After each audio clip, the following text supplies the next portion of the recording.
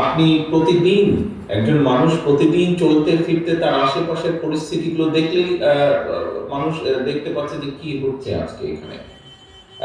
কোথায় যাচ্ছে দেশের অবস্থা আজকে।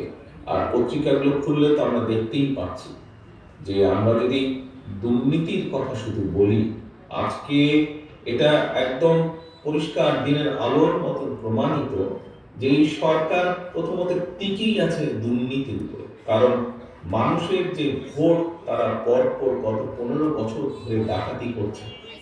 আমি একজন রাজনৈতিক কর্মী হিসাবে আমি মনে করি মানুষের ভোট ডাকাতি হচ্ছে পৃথিবীর সবচাইতে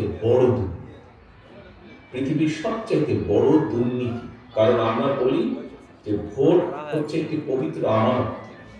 জনগণের প্রত্যেকটি মানুষের প্রত্যেকটি ভোটারের একটি করে ভোট, এবং এই ভোটকে আমরা